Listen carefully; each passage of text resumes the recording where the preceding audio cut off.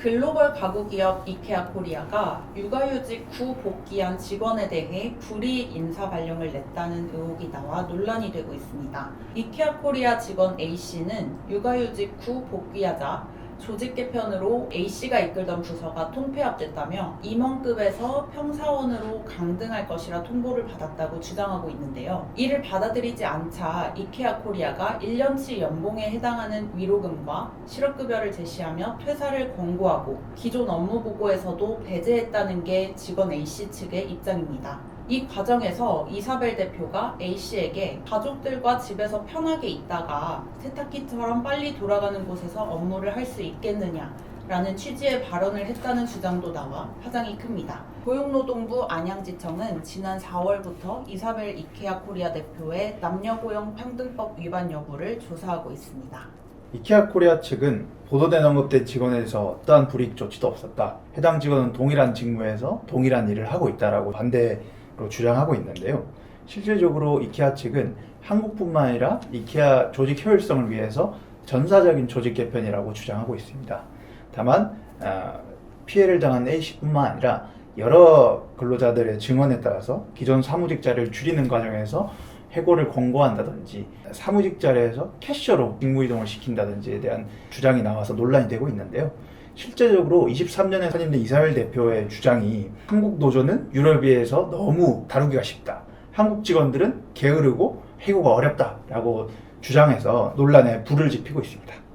그렇다면 앞으로 이케아는 어떻게 될까요? 이재명 대통령은 지난 10일 자신의 SNS를 통해 철저히 조사해서 사실로 밝혀진다면 국제적 기준에 맞게 엄정히 조치하겠다라고 말씀하셨습니다. 또한 이와 함께 구태경영 형태가 발생한다면 용납할 수 없다라고 강조하였는데요. 대통령이 개별 기업의 육아휴직 논란을 직접 언급했다는 점에 대해서 이번 사안이 단순히 회사 내부의 인사 문제로 끝나기는 어려워 보입니다. 앞으로 이케아는 고용노동부 조사와 별개로 육아휴직을 사용한 직원이 실제로 불이익을 받지 않았는지, 복직 과정이 투명하게 운영되고 있는지 조직 문화를 전반적으로 다시 점검해봐야 할 것으로 보입니다.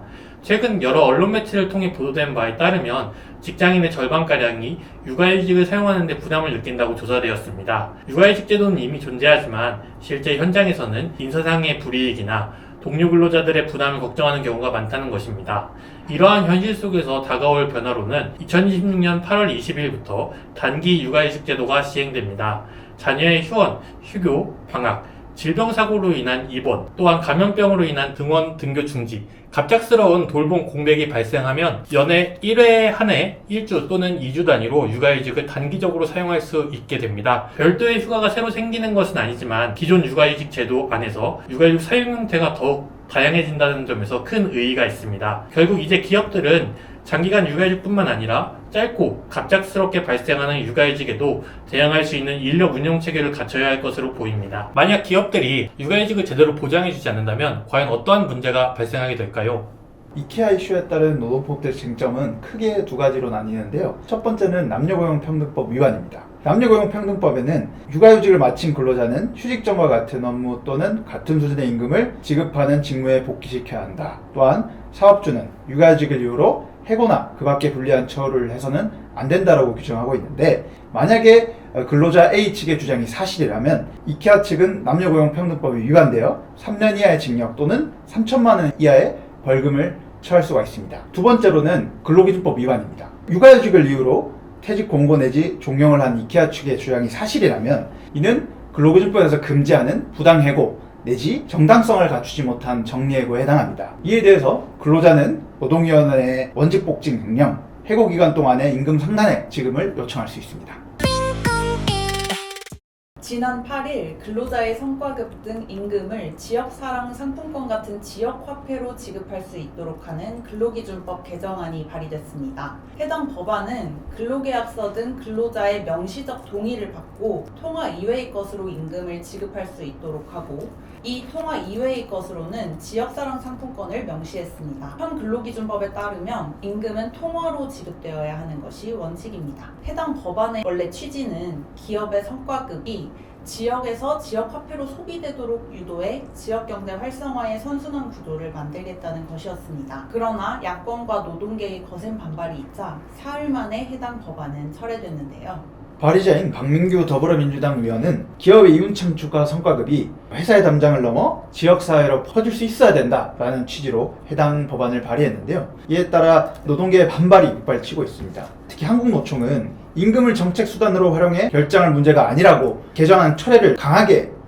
요구했고, 특히나 지역화폐로 임금을 지급하게 되면 근로자의 사용 용처가 제한돼서 근로자의 실질적인 구매력이 감소한다는 부작용이 있다고 주장했습니다. 이 문제는 단순히 지역사랑 상품권이 좋은지 나쁜지의 문제가 아닙니다. 핵심은 근로자 자신이 자신의 임금을 어디에 어떻게 사용할 수 있는지, 그 권리를 보장할 수 있는지 여부입니다. 근로기준법은 임금을 원칙적으로 통화로 지급하도록 규정하고 있습니다.